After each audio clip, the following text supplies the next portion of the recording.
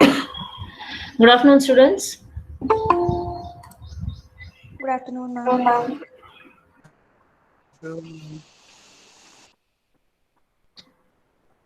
In the yesterday, I had shared with you all some notes and SQL basic commands and through mail. Did you all receive that? Yes, ma'am. Yes, ma'am. Yeah. So in the towards the end of that notes, I've also given what are the important questions that can be questions that are covered for the module 1. All right. So if you can prepare answers for all those questions, I think module 1 should not be a problem for you all. If you're not finding any answer or you want any clarification, you can always come back to me on that. Okay. So today, let us begin with entity relationship model. You are able to see my screen in the presentation mode? Yes, ma'am. Yes, ma'am. Yes. Yeah, Yes, I'm ma'am. changing my slide. If someone can confirm that the change is visible to you all, please. Yeah, I've changed it. Can you Yes, see the ma'am. change? Right. Yes, ma'am. Okay, okay, fine, fine. So today's class, we'll be discussing not today's class, basically in this entire entity relationship model. Of course, we'll not be able to finish all this today. We will be going through what are the steps basically for designing a database. That's the first important concept that we'll be touching upon. And then we will move on to understand what are the entity types, what are the entity sets, attributes, keys, what is a relationship, what do you mean by relationship type, what are the different types of attributes, how do we represent each of these attribute in the ER diagram, what is the notations for this, what are the various notations that we will be using in the ER diagram, and what do we mean by roles played by the different entities in a relationship. So these are all the concepts that we will be covering. Actually here in this ER model, this module talks about ER model as well as it talks about the relational algebra. So there are two modules which we have to actually cover, which is given as part of your particular second module in the DBMS syllabus as far as your syllabus is concerned. So there will be two complete topics that we'll be covering as part of module 2. So this module 2 is going to take some time because first module we did finish it a little early because of the theory concepts only. We have to give more importance to the second module onwards because all these concepts we'll be using in the lab also.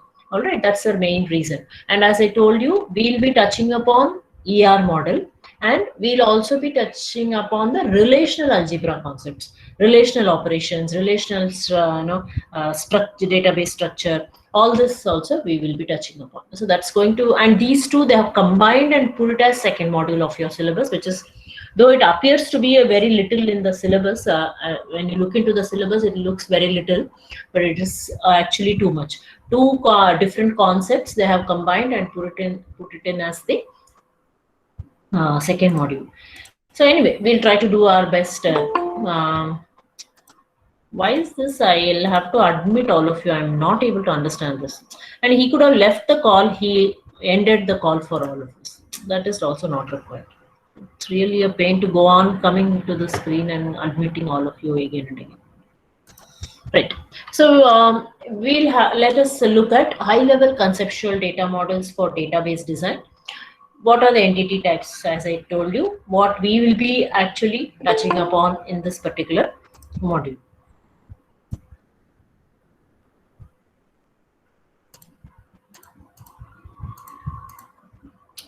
I have to tell the faculty members not to end the call. As long as it is not the last hour, there is no need to end. They can simply leave the call. I don't know why they don't. I keep coming shuttling between the screens just to admit you all. It takes a lot of time and the flow is disturbed.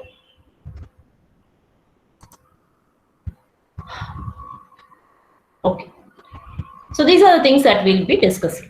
Now, we'll move on to the first concept, that is, what are the steps in order to design a database? Suppose you are given a database. You have to You are given a, sorry, you are given an application and you have to design a database for that particular application. So how do you go about designing the database, and what are the steps that are there? What are the steps that are involved in designing the database? That is what we are going to see. Are you able to see the change of slides?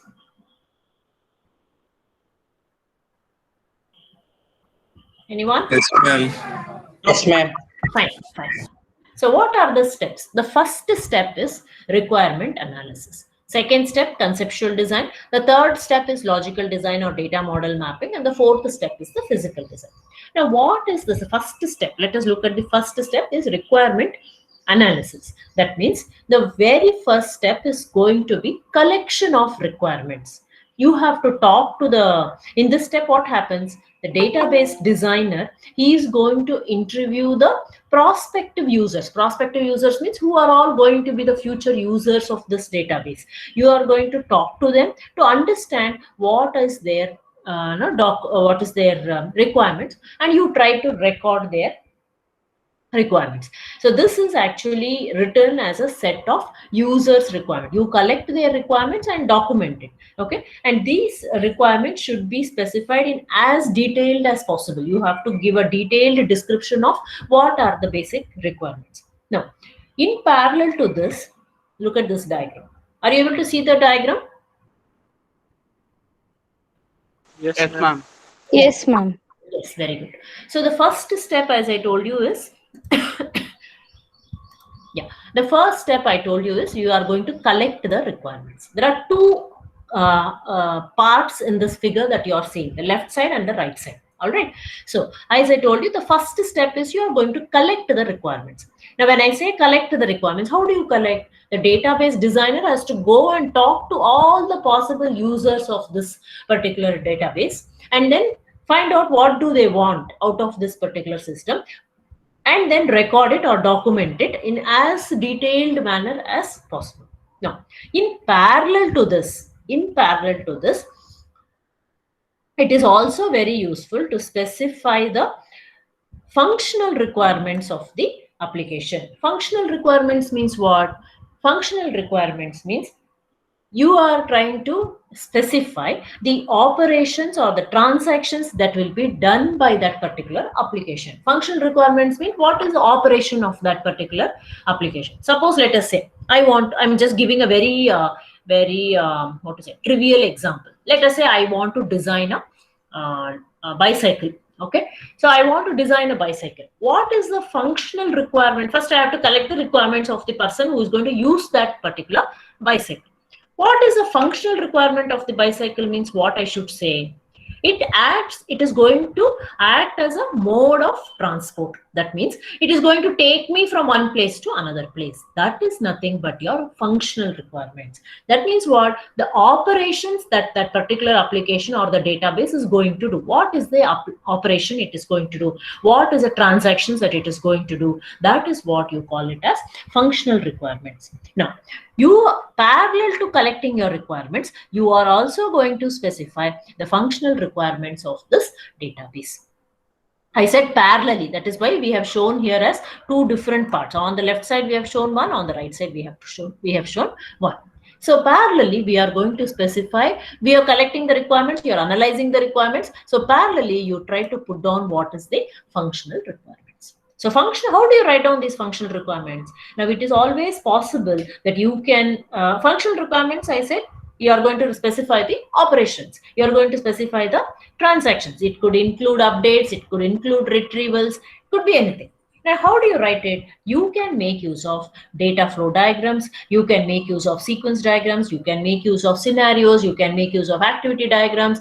You can make use of collaboration diagram. So all these techniques you can use in order to specify your functional requirements. How do you specify it? I make use of all these tools in order to specify these functional requirements. Well, we are not going into the details of what is a data flow diagram or what is a sequence diagram. All that we will not be looking here. Okay, so that ends your collection of requirements to a greater extent. Here also, if you see, You are trying to see this. You are collected. You have analyzed the requirements, and then you get your database requirements. Okay. So now once all the requirements have been collected, and you have collected all the requirements, you have analyzed all the requirements. The next important step is conceptual design. Conceptual design. Now, what is conceptual design? Conceptual design is based on the conceptual schema. So when I say conceptual schema, the moment I say conceptual schema, what should come to your mind? We are viewing the database in terms of entities, attributes, relationship.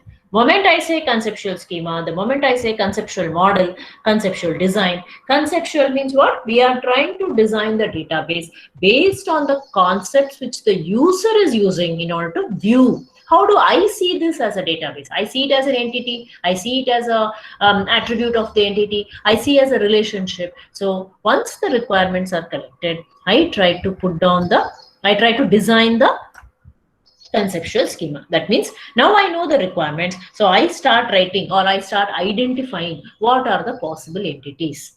So once I have identified the entities, I try to identify what are the attributes of each of the entities. Once I have identified entities and the attributes, I try to see how can I relate this different entities. So obviously we know that entities cannot be independent. In the last lab example that we saw, book is an entity, student is an entity, author is an entity, and then we had what other entity? I don't remember. Book and student we had, author we had, so department or something we had. So what we did, we identified these entities. We tried to put down the attributes of each of these. We identified what are the attributes of student, what are the attributes of branch, correct, and what are the attributes of book, what are the attributes of author. We did all that. After that, what we did, we tried to connect it. We tried to relate all these we try to relate all these entities. That is nothing but putting down your conceptual schema. So once your requirements are clear, you have analyzed the requirements, you try to go in for the conceptual schema. It's a description of the requirements of the user. It will include the detailed description of the entity. It will include the description of relationship, constraints. All these are expressed using the concepts provided by this high level. That's why we call it as high level data model. Okay. Now this is what is the second step for us in order to design our database. Now once you have done with the conceptual schema, what did we do first? We first collected the requirements. We also parallelly stated the functional requirements.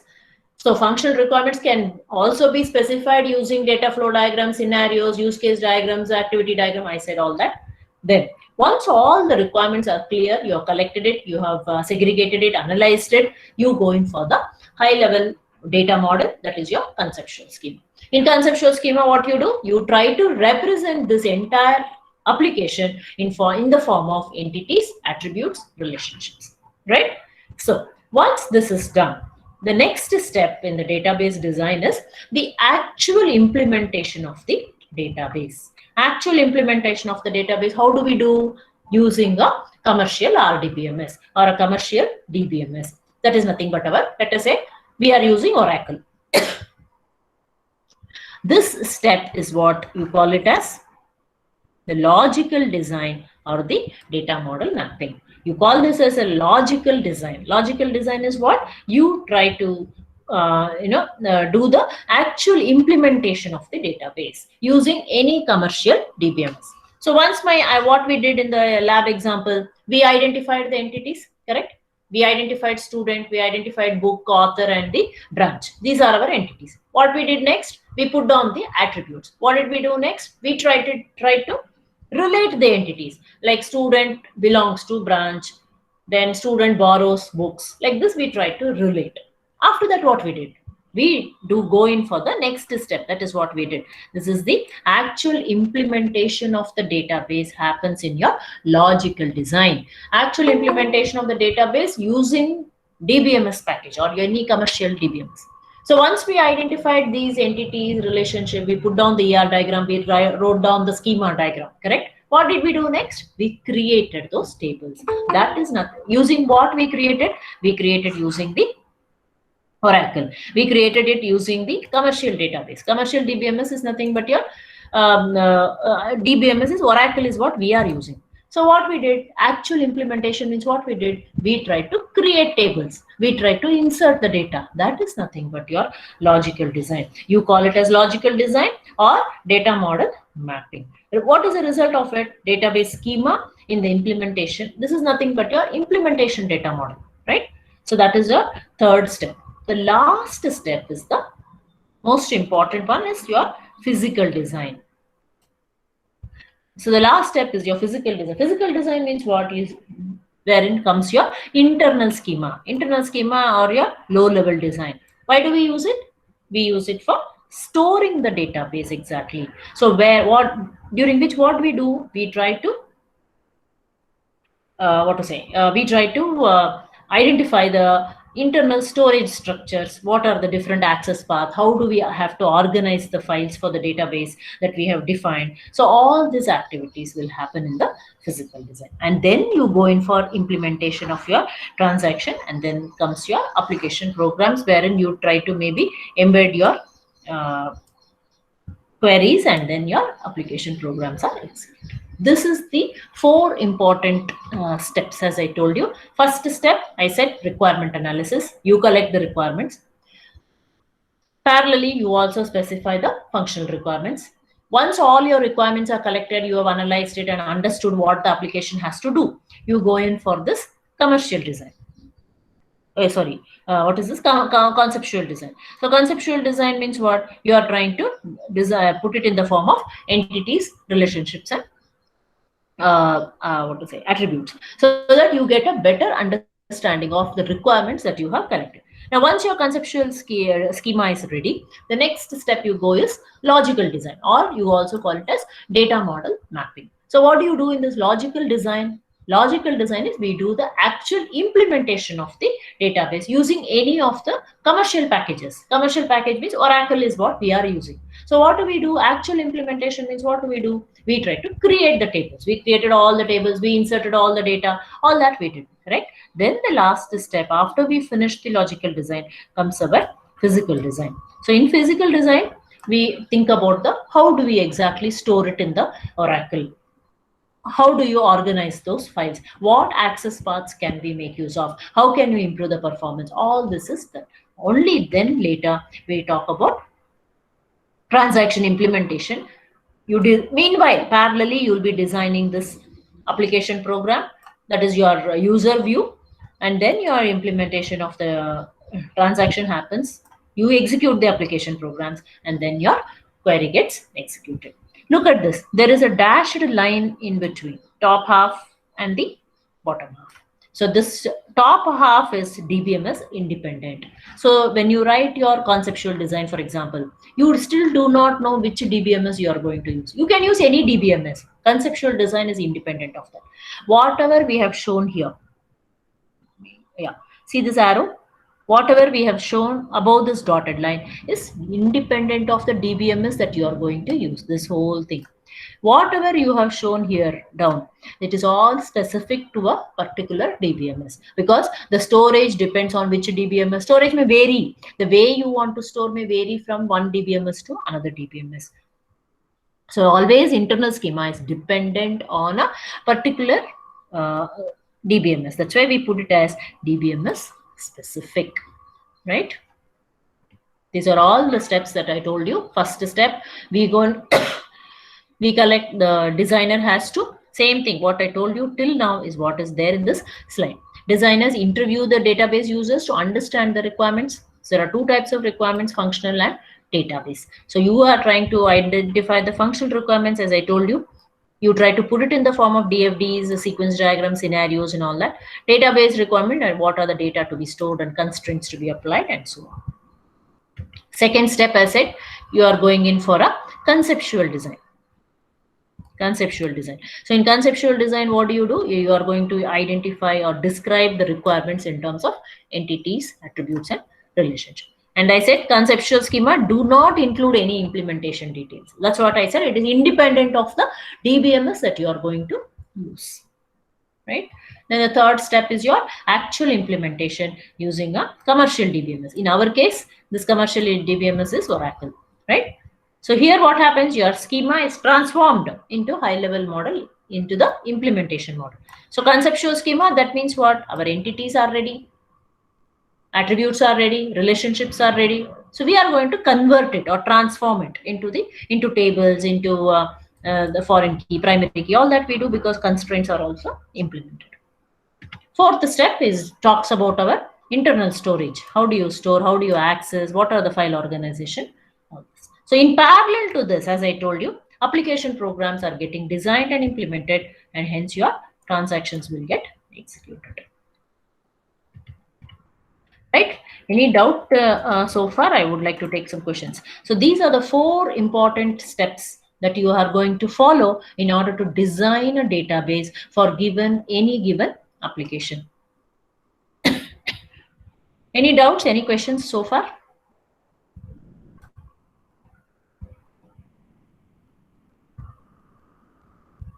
Any questions? No, ma'am. Yeah.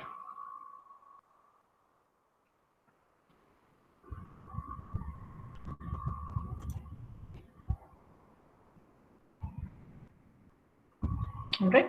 So now let me quickly show you one slide before I come back.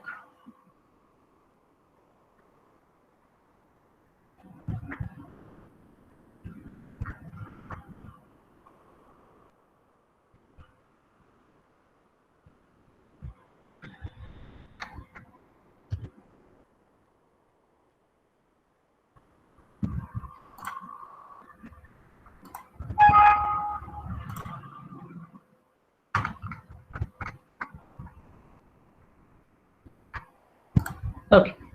Now this is the, you are able to see an ER diagram. Can anybody confirm it? Yes, ma'am. Yes, ma'am. Yeah, this is the example, example database that we are going to follow and try to understand in this whole of this particular chapter. Of course, we will be taking lot of examples of how to write ER diagram. Of course, our lab exercise also, we will be writing ER diagrams. But this is based, whatever examples we are going to take now is all based on this particular ER diagram of a company database. This is basically representing a company database where you have employees, right? So employee is an entity, you have department, so department is an entity, project is an entity, and then you have dependent. It is shown differently. I will tell you later why it is like that. And then we have also identified the different attributes of these entities. For every entity we have identified some attribute. These are all the attributes, right? And then we have tried to connect these entities using some kind of relationship. Employee works for department, and then the employee manages the department, employee works on projects, and then there is something called supervision, dependents. All these are different relationships that we are trying to bring into this particular database. Now let us try and understand each of these component in detail. That means each of these component means we'll go into the details of what exactly is an entity, what are the different types of entities, what is an attribute, what are the different types of attribute, how do you actually represent them, what are the notations that are used for attributes. All this we'll be learning. All right. Let me get back to the screen.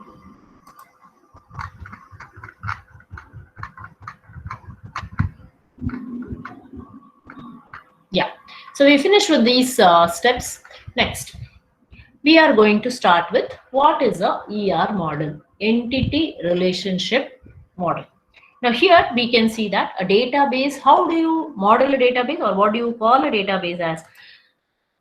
So a database can always be seen as a collection of entities having attributes. And as I told you, there should also be some relationship among the entities.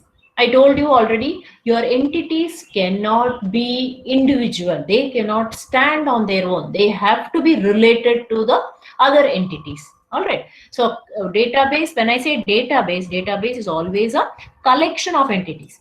In the example, lab example, what we saw, we had some application about student borrowing books and all that. So how many entities we had? We had student as an entity, branch as an entity, book as an entity, and author as an entity. So that's a collection of entities. Each of these entities had their own attributes. Student had USN, branch, semester, all that, HOD something, all that was there.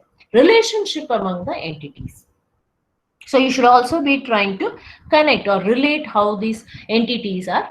So we saw that student and book, they were connected using the borrow relationship. A student belonged to the branch. These are all nothing but your relationships. So entities can never be individual. They cannot stand alone. They have to be connected among there should always be some relationship between the different entities, right? That is how you model or you look at a database as. So database, when I say it is a collection of entities having an entity, means it has to have some property. What is attribute? Attribute is nothing but a property that is going to describe that entity. So it has to have some attributes, right? And I told you it cannot stand alone. It has to be related with all the entities. Right. Now, we are going to see each one of this in more details now. What is entity, entity type, entity set? What are the attributes, types of attributes? All this, each of these concepts we are going to see in detail. Okay, let's proceed. Now, we will start with what is exactly an entity. This is a very important concept. So what is an entity? We have already discussed about this. It is an object that has existence and you can always distinguish it from other objects.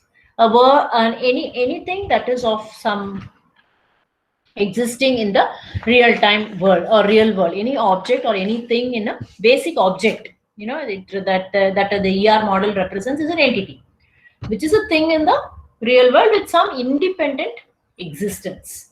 Okay. Now, there can be different types of entities. Look at that. An entity may be an object with physical existence. So when I say physical existence, it can be a particular person, it can be a car, it can be an employee, it can be a house, it can be a building, all this.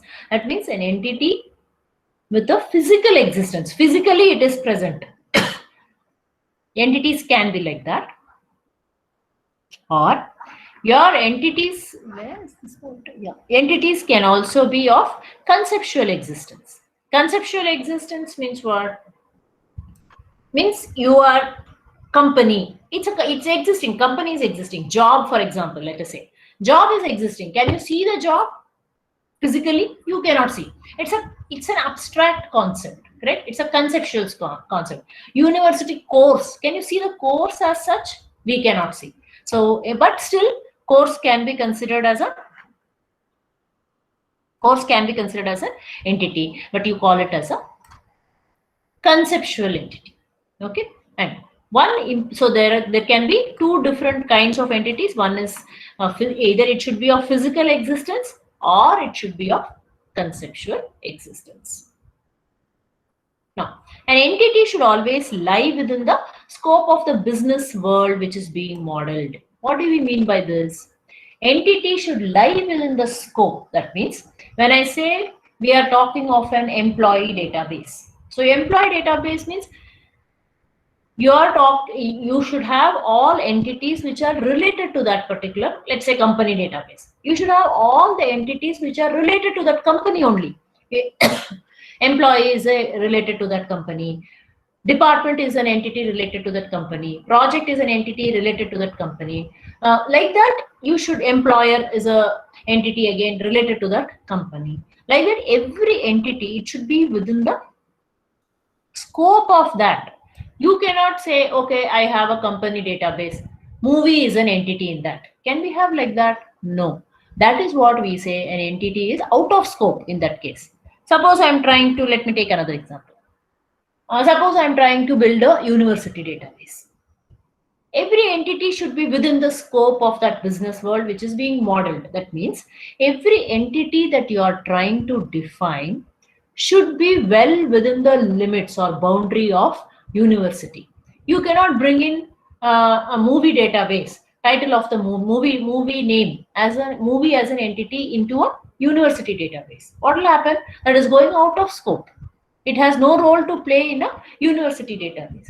So when I say university database, what are the possible entities which will lie within the scope of an university student? Is aware, it's well within the scope of the university database. I can take one more entity as faculty. I can take an entity as course. I can take an entity as department. I can take an entity as okay, so these are not getting anything else. So these are nothing but your branch, let us say. So these are all entities that I have identified with respect to university database. They are all within the scope of the university database.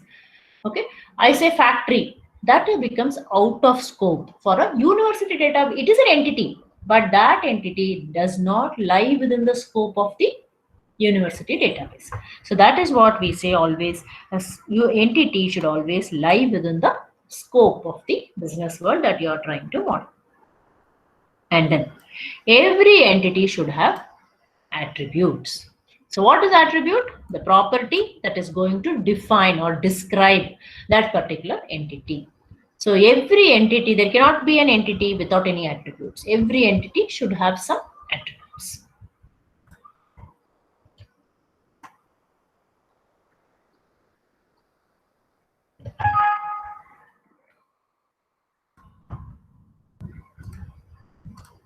Okay, any doubts so far? We have been discussing the 4 steps of designing a database, and we also saw what is an entity, what are the different types of entity, and some important points with respect to entity, that it should be within the scope, it should have attributes. Any questions at this point of time?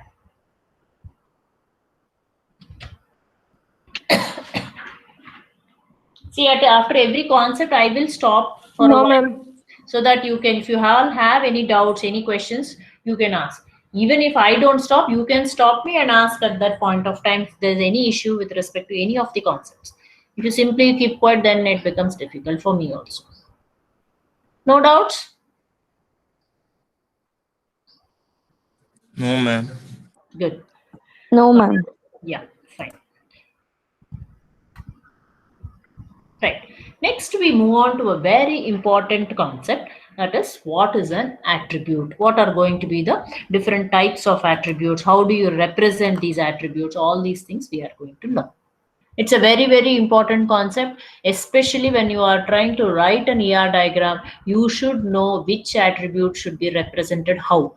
That is an important thing that you have to learn. And in the Viva, they will ask you the notations of ER diagram, ask you the different types of attributes. How do you represent each of these attributes? All these will be expected questions in the Viva. So please pay attention on this particular topic.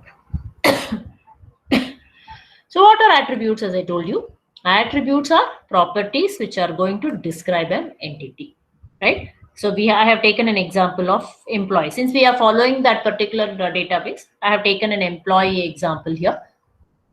Employee will have name, he will have USN, SSN, social security number, address, gender, birthday. All these are nothing but the attributes of an employee. That means what? An employee can be identified using all these attributes. So if an employee has a name, I know which employee I'm referring to. If he has a registration number or an employee ID, so I know which employee I'm referring to. So like this, I'm trying to identify uniquely all these employees. How do I describe each of these employees? And next important thing is, it is not sufficient just to have attributes, but every attribute should have some value. So name should have some value. Let's say name is Aparna. Your SSN should be some value. Address should be Bangalore. Gender should be female. Birthday should be some particular date. So these are nothing but values which are associated with the attributes. You cannot simply define attributes and keep quiet. Every attribute should have some value. Maybe there are attributes which don't have some values. You have, you can omit them. There are optional attributes. That's okay. But most of them should have a specific entity will have a value for each of its attributes. Look at this example. For example, a specific employee entity may have name is Ram.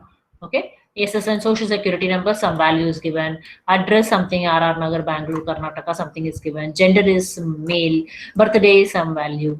Like this, if you are defined an entity, if you have defined attributes for that entity, then you should have values associated with each of the attributes for that particular entity, right? Each attribute will have a data type, integer, string, data, date, etc. So in the last lab session, we have seen when we defined student table, excuse me, student table, what we did, we said create table student, right? Then we said student name, where char 2 of 10, something like that we do. That is nothing but your data type. That is nothing but the data type that is associated with that particular attribute called as name. We also took date of birth. You can take date of birth. We also define date of birth also as a varchar 2 only, so that you can add some special characters or whatever it is. Then each attribute, this is very important point, must have a unique name across the entity. That means when you define an entity, that particular entity should have all the attributes of that particular entity should have unique names, different names. That means same attribute cannot appear twice for that particular entity. For example, student entity, I can have only one attribute called as USN. I cannot have two attributes called with the same name, same attribute name, right? So if you want to give one more, you can, let us say you have USN also, you have registration number also, that's fine. But you cannot have registration number twice for that particular entity. Whereas you can have USN or registration number for another entity in the same database. That's also allowed. The same attribute name can appear for two different entities. That's fine. But for one particular entity, you can have one attribute name only once. You cannot have it twice. Now, next we are going to move on to a very important concept, which is nothing but the different types of attributes. What are the different types of attributes?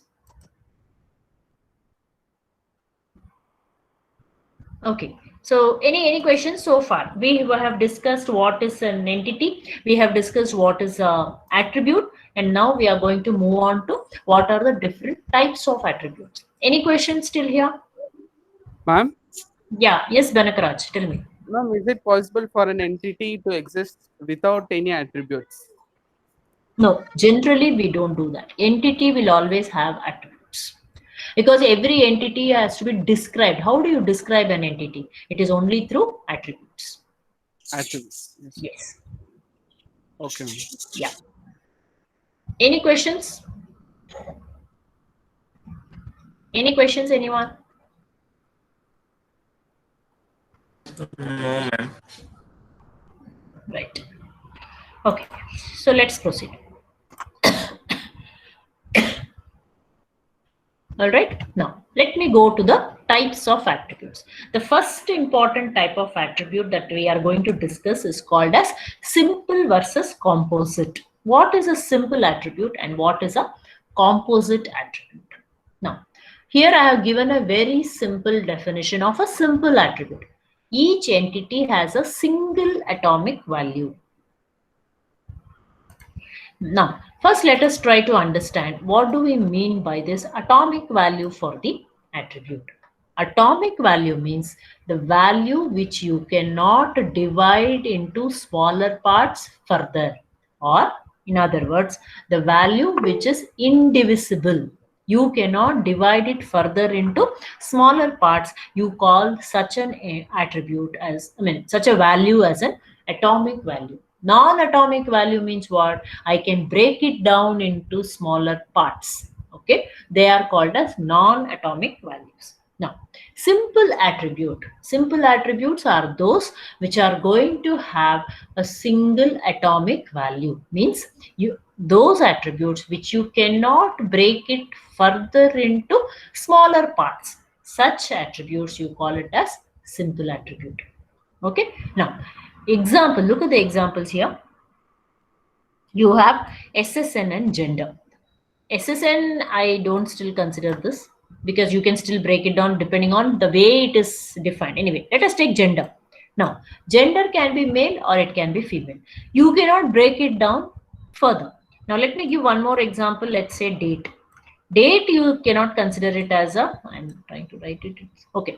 Date is a attribute. It is not generally considered as a simple attribute because it does not contain a atomic value. Atomic value means what I said. You cannot break it down into smaller parts. But when I say date, date can always be broken down. You can break the date into day, you can day, month and year. So there are three parts into which you can break down the date. So generally we don't call date as a simple attribute. Age is a simple attribute. Name also cannot be considered as a simple attribute most of the time because name will always have first name, middle name, last name. All these things will be there in case of name. So you cannot consider name as a simple attribute. So simple attribute is one which you cannot break down further. Okay.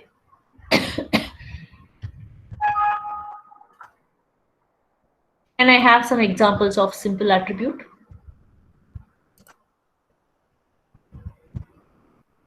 Date of birth. Yeah. Date of birth, ma'am. No. Date as such, you cannot have it as it is not a simple attribute. That's what I told you now.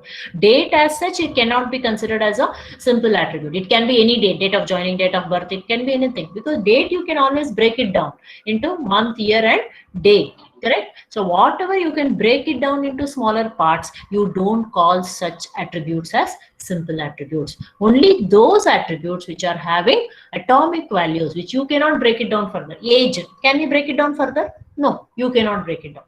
So that is how that such kind of attributes you call it as simple attributes. Can I have some examples of simple attributes?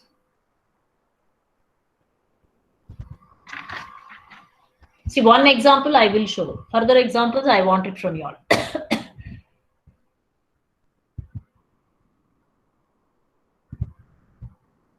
Yeah, I'm waiting for your answers. Simple attribute. Give me examples.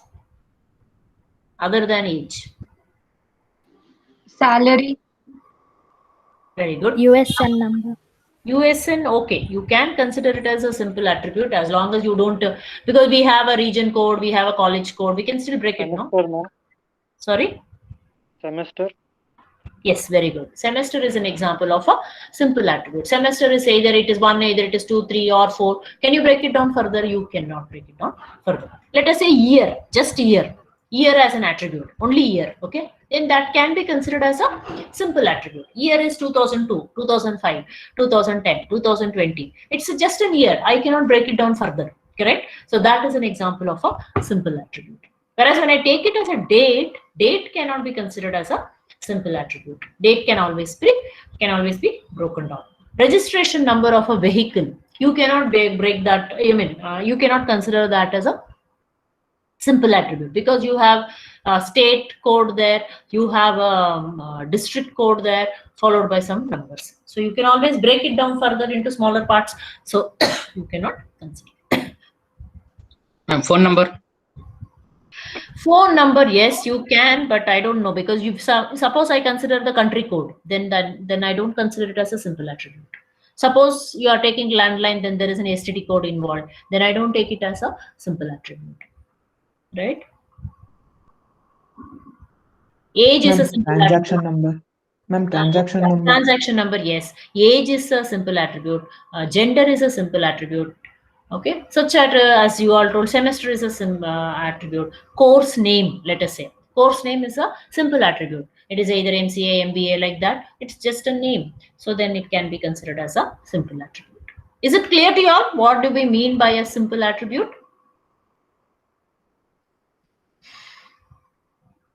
Right? Yes, ma'am. Right? Yeah. Let's move ahead. Okay, simple attribute versus the composite attribute. So simple opposite of simple attribute is a composite. So opposite means what? Any attribute which you can break down into smaller parts. You call such attribute as a composite attribute. See them. So composite attributes can always be composed of several components. That's why you call it as a composite attribute. Several components means you can make it, you can bring in several parts into that, right? So the value of that attribute as such is nothing but combination of all the simple attributes. Let me give you an example before we look into this. Let us say address. Address is an example of a composite attribute. Why? When I say address, I can break address as such as an attribute. It is a single attribute, but I can break it down into several parts like door number. I have street name. I have city. I have what is this? State name, pin code. All this together makes up my address. So that is why I can call this address as composite attributes. What are the different components that I have? In that case, I said it is made up of several components. What are the components it is made of? It is made of house number is one component, street name is one component, city is one component, state name is one component, then pin code is one component. These are all different components of that attribute called as address, right? So this value of this, what is the value of that particular attribute called address? It is nothing but concatenation. You combine all this, then you get the complete value of that particular attribute. They always form a hierarchy. Sometimes components themselves are composite. That means within one component you can have again several components. I will show you examples. Look at this now. Address. What I have said here, right? Now this address is made up of, I have shown two examples: apartment number, house, in that house number, street, state, city, zip code, country. That is nothing but your address. Look at the way it has been represented. Look at the way you are trying to represent this address. Address, and then you have street, you have city, you have state, you have postal code. I saw one, I told you, it can form a hierarchy where some components are themselves composite, correct? That is what we have shown here. Street. Street can further be classified as street number, street name, and apartment number. Okay. So this is hierarchy of your composite variables. Within one component, you have another component. Look at this name. Name can be divided into, that's why I said in the previously, name is not a simple attribute. Name is a composite attribute. What is a composite attribute? Why? Because name has first name, name has middle name, name has last name. All this together forms your name component. So these are called, each one is called as a component of this name. But name as such is a composite attribute. Now, it all depends on, in the ER diagram, you may ask me, in the ER diagram, we did not show it as all these components, is it not? When we showed the student entity, we simply showed it as address. Yes, correct. Why we did not show all these components in our lab exercise? The reason is, if you want the value as a whole value, then you need not show it. If you want these individual components values are important to you, then show it like this. Otherwise, it is not required. See the last point here. If the component attribute is referred only as a whole, there is no need to subdivide it into component attributes. Example, address has to be referred as a whole only. There is no need to divide it. So I am not going into the, for example, which house number that student stays. I am not bothered about that. So I don't give that, I don't divide that address into house number. Okay, which so I just take it as a whole. If components have to be referred, then it is necessary to store the components separately. For you, if house number is an important data to be collected, then you write it as different components and store it also accordingly. Otherwise, it is not required. It depends on what application you are doing and what is required in that particular application. So depending on that, you try to design your store. You decide to store whether you want to store all the components or you don't want to store the components. In the student entity in our lab exercise, we are not bothered to know whether address is containing city name, it contains state name, pin code is there or not. All this we are not bothered, right? So that's why we just took it as address. We didn't break it into several components. Right. Now, can I have some examples? Books. Yeah, Books, ma'am. books are. Book is an entity. It is not an attribute at all, first of all. Book is an entity. Book will have different attributes like book title, book author, book, no. Publisher. What, Kaushik?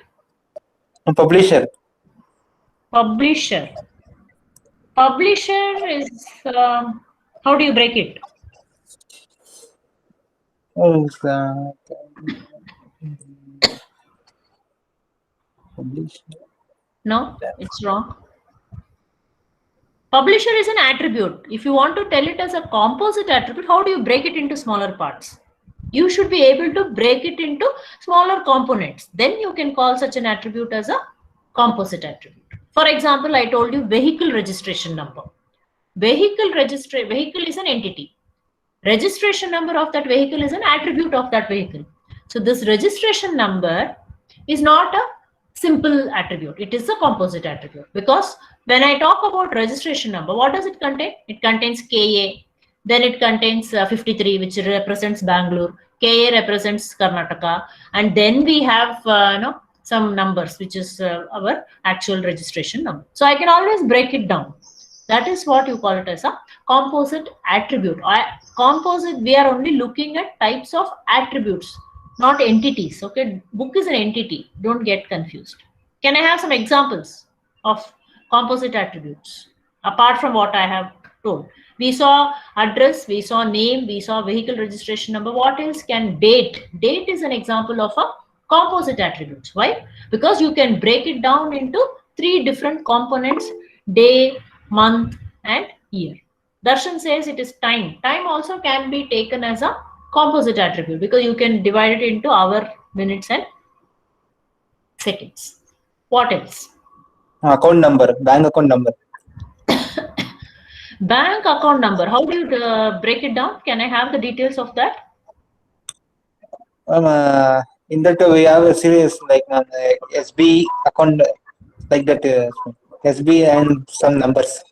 No, but account number is generally, let us say, a 12-digit, just a number, series of numbers. No, you are not able to differentiate within whether it is SBI or whatever account number.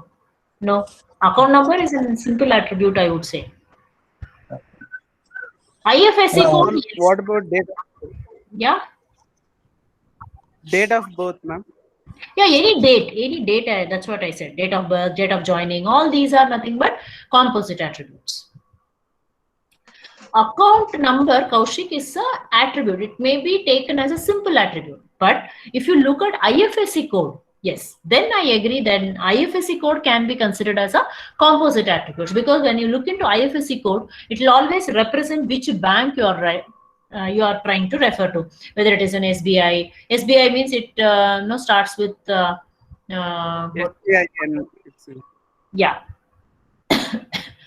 Indian Bank, it starts with IB, something like that is there. So you can consider maybe IFSC code as a composite attribute. Anything else? Vehicle register. I told you.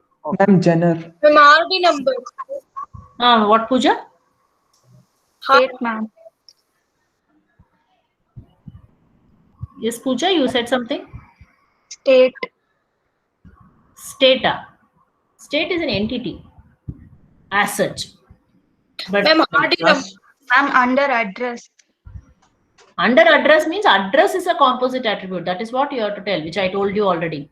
When you want to give examples of composite attribute, which is attribute? Address is an attribute. Components of address is your state, pin code, city, and all that.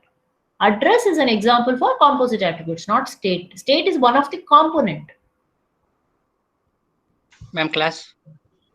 How do you say class? Ma'am, Give the components of that. semester section, like that. No. You got me wrong. Akhil, class is an entity. Class is a real world thing. How do you describe a class? Using the attributes of that class. You're wrong. Still, nobody has given me proper example except Darshan said time. So time is right. Ma'am, film will be entity, ma'am.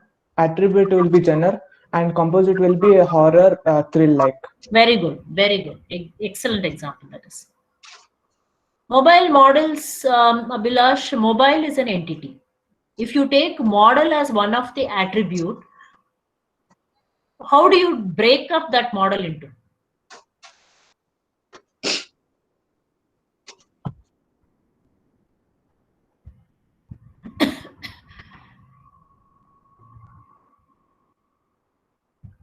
See, you should understand one thing. Types of a particular attribute is different. Breaking that attribute into smaller parts is different. So that you should be very careful on that.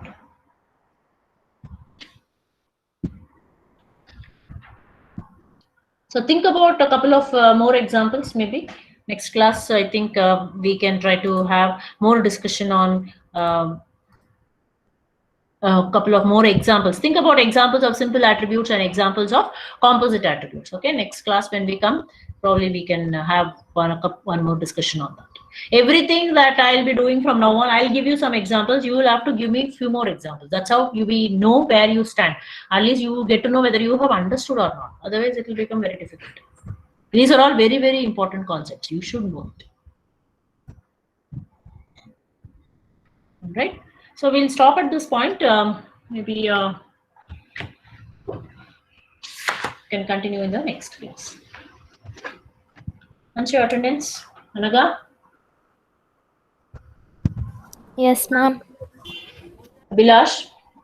Yes, ma'am. Akhil? Yes, ma'am. Akrut? Yes, ma'am. Anusha? Yes, ma'am. Arvind? Present, ma'am. Arifullah? Yes, ma'am. Tanakraj? Present, ma'am. Banu? Yes, ma'am. Bhargav? Yes, ma'am. Rahmatullah? Who is that, please? Chaitra? Present, ma'am. Chandana? Present, ma'am. Charan? Yes, ma'am. Darshan? Present, ma'am. Diksha? Present, ma'am. Dakshayani? Present, ma'am. Ishan? Present, ma'am. Harshit? Harshit? He's not there. Okay. Hemalata? Present, ma'am. Uma? Present, ma'am. Jayant? Present, ma'am. Vidya? Yes, ma'am. Kaushik? Present, ma'am. Yeah. Lakshmi? Lavanya? Present, ma'am. Manish? Present, ma'am. Manoj? Mohit? Yes, ma'am. Naval? Yes, ma'am. Navya? Present, ma'am. Nikhil? Present, ma'am. Yeah. Present, ma'am. Pavan? Present, ma'am. Pawan. Pooja? Present, ma'am. Purnima? Raman? Yes, ma'am. Rashmi? Yes, ma'am. Rupak? Sai Kumar? Present, ma'am. Samir? Present, ma'am. Santosh? Shadab? Present, ma'am. Charan? Present, ma'am. Shashank? Present, ma'am. Sheetal?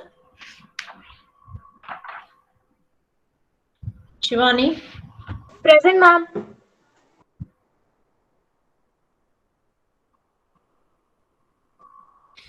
Soumya? Present, ma'am. Spurti? Present, ma'am. Shum? Present, ma'am. Sugandhini? Present, ma'am. Sushma, Present, ma'am. Sushmita BS, Present, ma'am. Sushmita U, Present, ma'am. Ita, Present, ma'am. Tripti, Present, ma'am. Harsha, Present, ma'am. Veena. Present, ma'am. Sheetal is absent. She didn't answer me. Purnima. Present, ma'am. Purnima. Yeah, Purnima is present. Harshit is absent. Marked Harshit as absent. Ma'am, Santosh present here. Okay, okay. Network problem. Ma'am, Rehmatul also present. Yeah, I saw that. Yes. All right. Thank you, students. I think we'll meet on Monday. Have a great weekend. Thank you all. Thank you, ma'am. Thank you, ma'am. Thank you, ma'am.